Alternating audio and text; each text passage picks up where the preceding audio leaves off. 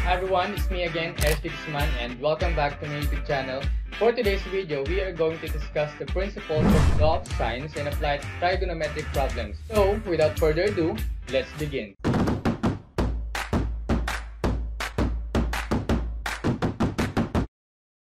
An oblique triangle is a right triangle that does not contain a right angle. An oblique triangle has either 3 acute angles or 2 acute angles and 1 obtuse angle, an angle between 90 degrees and 180 degrees.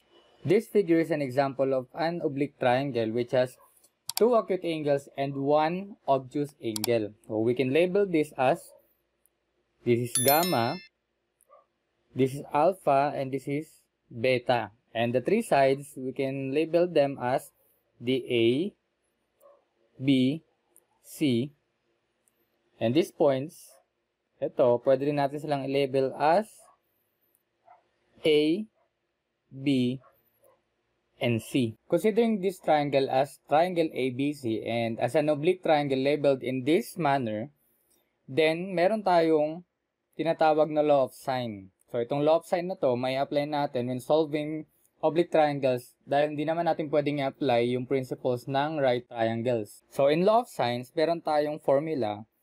Considering this triangle, sine alpha over A, the side A, ito yun, is equal to sine beta, ito yun, angle beta, over the side B, yung mga opposite niya, ayan, opposite ng alpha is A, and sine gamma, ito yun, over C. So, pwede natin gamitin itong formula to when solving some cases of oblique triangles. To apply one of these formulas to a specific triangle, we must know the values of 3 of the 4 variables, of course. If we substitute these 3 values into the appropriate formula, itong formula na ito, masasolve natin yung value ng pang-apat na variable. And it follows that the law of sines can be used to find the remaining parts of an oblique triangle whenever we know either of the following. Meron tayong dalawang case na pwede nating apply ng law of sines. Actually, we have 4. May apply natin ng law of sines when an oblique triangle has 2 sides and an angle opposite of them, or yung tinatawag natin na SSA.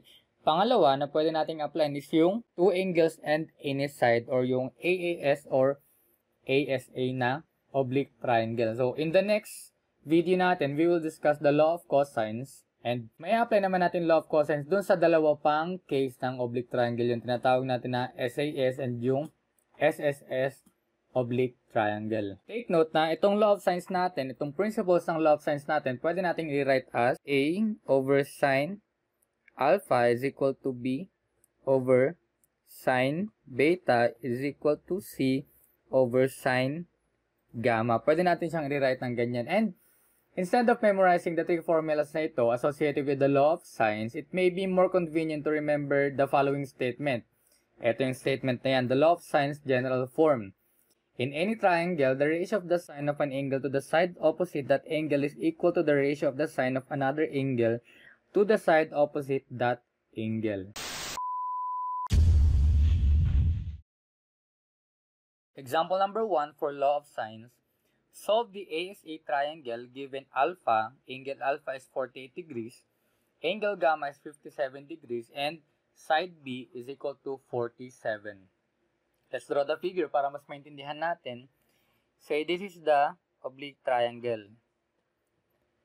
This is the 48 degrees, angle alpha, and ito yung ating 57 degrees, angle gamma, and yung angle beta natin na hindi natin alam, this is the A, ito yung B, ito yung side B natin na 47, and this is side C.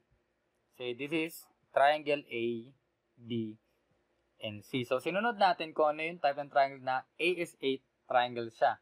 And again, solving a triangle means solving all the missing sides. So, unahin natin, pinakamadali is yung angle beta since meron na agad tayong dalawang given na angle. We have angle alpha 48 degrees and angle gamma 57 degrees. And isang principle na kailangan natin tandaan, lahat ng angles sa loob ng isang triangle ay equal to 180 degrees. Meaning, angle alpha plus angle gamma plus angle beta is equal to 180 degrees.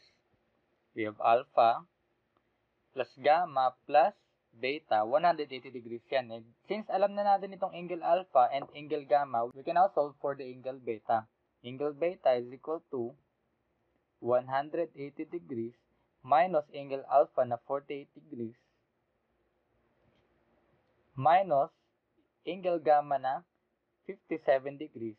Angle beta is equal to 75 degrees. So, this is the value for the missing angle natin. Since alam na natin yung value ng side B and lahat ng triangles alam na din natin, maaari natin isolve ngayon yung side A by using a form of the law of sines that involves yung side A, yung angle alpha, pwede na natin gamitin yung side B, and yung angle beta. Side A over sine alpha by law of sine is equal to B over sine beta. Alam na natin yung side B, alam na natin yung angle beta, alam na natin yung angle alpha, therefore we can solve for side A. And manipulating the equation, side A is equal to B over sine beta, nilipat natin doon, cross multiply, we have sine alpha, and substituting the values, alpha is equal to the value of beta, the value of side B is 47 over sine, ang ating value ng beta is 75 degrees. Value ng alpha, we have sine 48 degrees, and by calculating, side A is equal to approximately 36. So this is the value for side A. And to solve for side C naman, the last unknown side of the triangle, of course, the last unknown side of the triangle, gamitan natin ulit ng law of sine. Pwede natin gamitin itong part na ito ng formula or pwede rin namang ito, either of the two, since alam naman na natin pareho. Let's use A.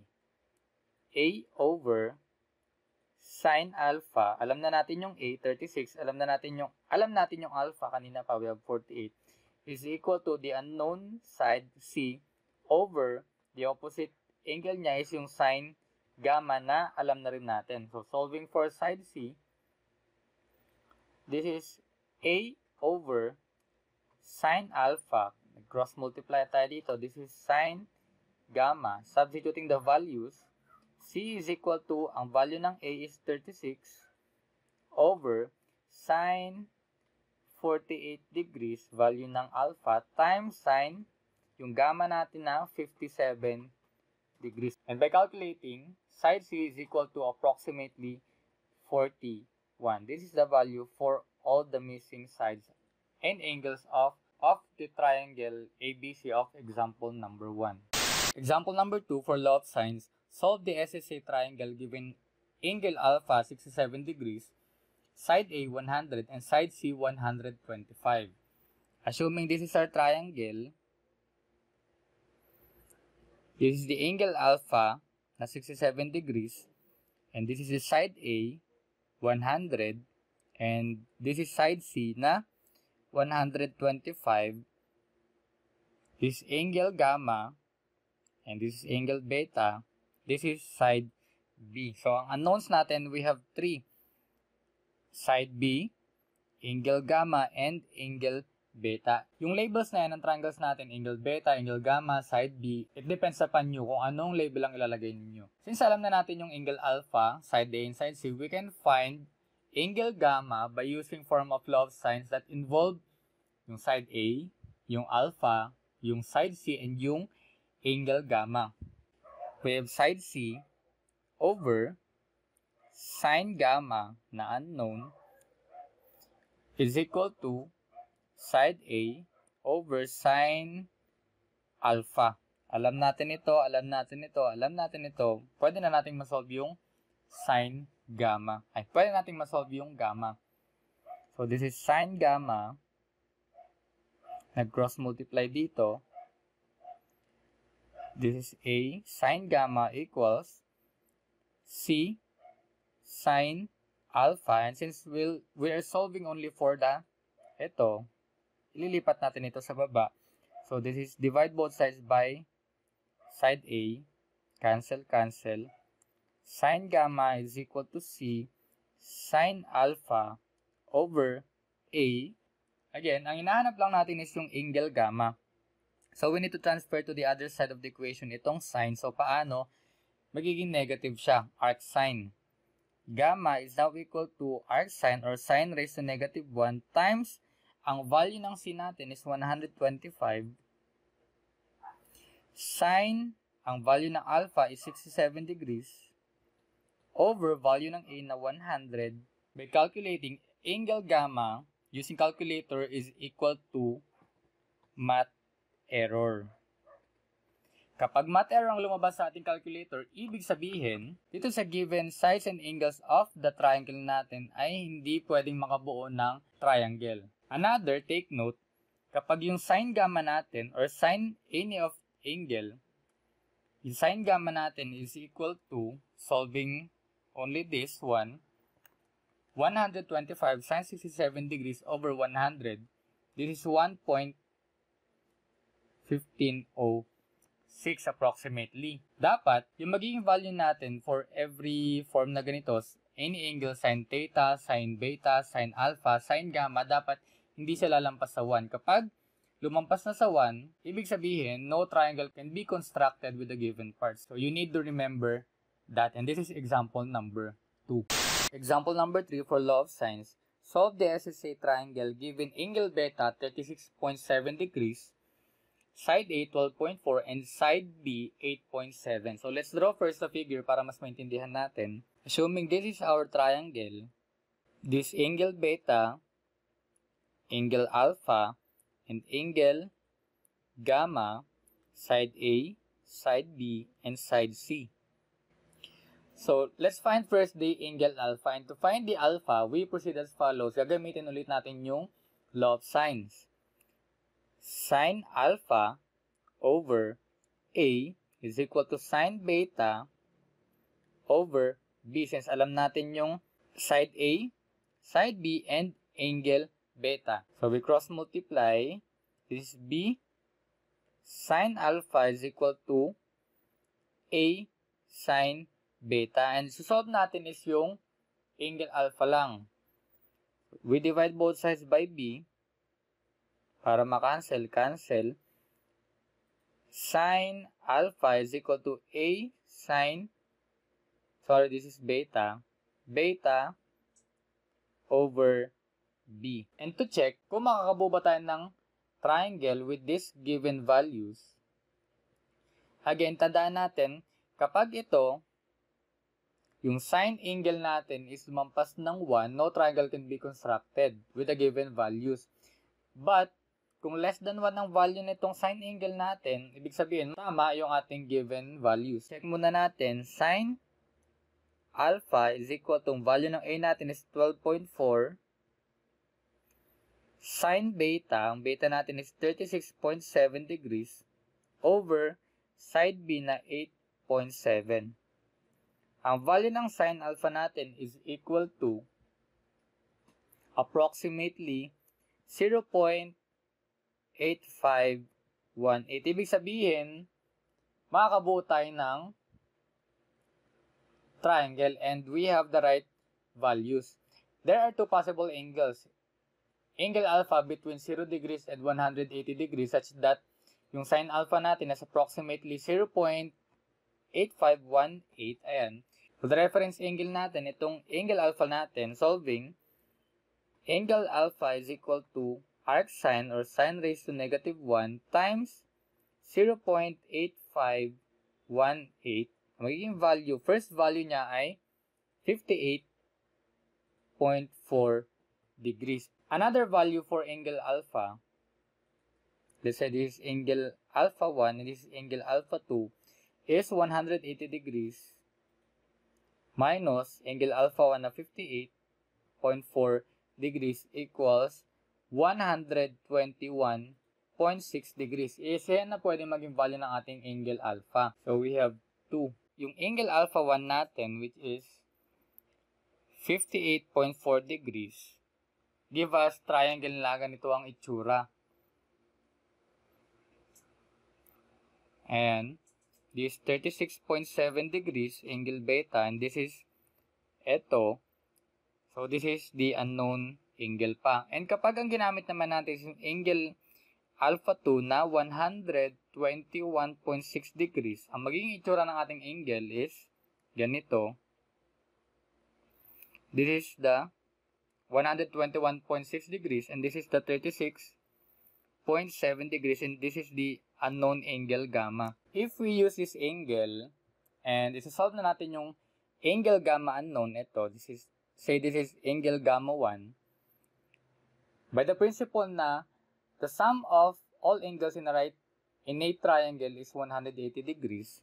So gamma 1 is equal to 180 degrees minus beta na 36.7 degrees minus 58.4 degrees. Angle gamma 1 is equal to 84.9 degrees. And for angle gamma 2 naman natin, using the angle alpha 121 degrees, angle gamma 2 is equal to 180 degrees minus 36.7 degrees minus 121.6 degrees. Angle gamma 2 is equal to 21.7 degrees. Ito yung magiging magkaibang values. And solving for the last missing side, yung C natin, ito yon. So we use the law of sines. Say sine gamma 1 over C1 is equal to sine alpha 1 over A. Solving for ito, we cross multiply and by manipulating the equation, we will have C1 equals A sine gamma 1 over sine alpha 1. By substituting the values, we have 12.4 is the value of side A, sine gamma 1 na 84.9 degrees over sine 58.4, yung ating first value for sine alpha. Maging value ng C1 natin is equal to 14.5 approximately. And solving for C2 naman, ito, using this second triangle natin na pwedeng mabuo, C2 is equal to same manipulation lang siya na equation or same equation lang siya. We have 12.4 sine gamma 1 natin is gamma 2 natin is 21.7 degrees over sine alpha 2 natin. Ang alpha 2 natin is 121.6 degrees. Ang magiging value ng C2 natin by calculating is approximately 5.4. Since parehong possible values yung ating angle alpha na 58.4 degrees and yung angle alpha 2 natin na 121 degrees, ibig sabihin pareho silang tama. When angle alpha is equal to 58.4 degrees, ang gamma 1 natin is equal to 84.9 degrees and ang value ng C1 natin is equal to 14.5. Ayan. And when angle alpha, say this is 2, is equal to 121.6 degrees, ang gamma natin is equal to 21.7 degrees and magiging value ng C natin dito is equal to 5.4. Itong dalawang set na to ng ating sagot is parehong tama. And this is example number 3. In example number 4, we have given a word problem. House A is positioned 100 miles due west of House B. And again, to solve these kinds of problems, kailangan may draw natin yung figure para mas maintindihan natin yung concept. Say this is House A. Ang position ng House A is 100 miles due west ng House B. So, west, ibig sabihin, say, ito yung west. Ito yung ating House B. Directly west. So, this is 100 miles. A man at a far field observes the two houses. Say, ito yung ating man. Yung location ng man from house A is 42 degrees. 42 degrees east of north. Ito yung ating north. So, ito yung ang position. And this is 42 degrees. Sa house B naman is 35 degrees west. Ito yung pa-west natin. 35 degrees west of north ng house B. Question, how far is each house from the location of the man? Ito yung ating man. So, ang given sa atin angle is dalawa. Kaya lang angle na yun is wala sa loob ng triangle. So, gagamitin natin yung dalawang given angles na yun to solve for the angles inside the triangle. So, meron tayong given na 42 degrees dito. And since alam natin na this is 90, ibig sabihin, 90 degrees minus 42 degrees is equal to 48 degrees. And ito yung value na yan. This is 48 degrees. And ganun din ang gagawin natin dito sa kabila since this is 90. 90 degrees minus 35 degrees is equal to 55 degrees. Ito yung angle na yan. 55 degrees. Ang requirement sa atin sa problem, kailangan nating hanapin yung layo ng house B sa man and house A sa man. So, ito yan. And ito rin yan. So, this is A, side A, and this is side B. Ito ang hinahanap natin. Side A and side B. And to solve for that, kailangan alam natin lahat ng angle inside the triangle. Meron pa tayong isang unknown. Ito yan. Angle gamma. To solve for angle gamma, we again apply the principle of yung total sum ng lahat ng angles natin inside the triangle is 180 degrees. Therefore, angle gamma is equal to 180 degrees minus 48 degrees minus 55 degrees. Angle gamma is equal to 77 degrees. And gagamitin natin yan in solving side A and side B, which is yung layo ng house A and house B sa man natin. So, solving for side A, we use the law of sine. Say sine gamma, na alam na natin is 77 degrees over, ang opposite niya is, say this is C, na 100, is equal to sine, say this is alpha, 55 degrees, over A na unknown. Alam na natin ito, and alam na natin ito. Therefore, we can now solve for side A. Side A is equal to, we cross multiply, and magiging final equation natin is C sine alpha over sine gamma. Substituting the values, A is equal to C na 100. 100 sine alpha is 55 degrees. Over sine gamma na 77 degrees. And side A now is equal to sine 77 degrees. And side A now is equal to 84.07 or simply 84 na lang. So, yan ang ating value ng A. Yan yung layo ng house A sa man. And for B naman, sine gamma, or pwede na natin gamitin yung sine alpha, pero sine gamma lang gamitin natin, over C is equal to sine beta, say this is our beta, yung 48 degrees, over side B na unknown. Yan yung hinahanap natin na distance ng house B sa man. So, solving for house B, B is equal to C sine beta over sine gamma, and substituting the values, ang value ng C natin is 100, sine beta natin is 48 degrees, over sine gamma na sine 77 degrees, and finally, the value of B natin is equal to 76.27 or approximately 77 miles. So, yan yung layo. We have 84 miles and 77 miles. Ang layo ng house A from the man is 84 miles. Ang layo ng house B from the man is 77 miles. By law of sine, solve natin yung word problem. And this is example number 4. And that's all for today's video, guys, for the law of sines. Please like and share, subscribe for more. Thank you for watching and see you on the next video.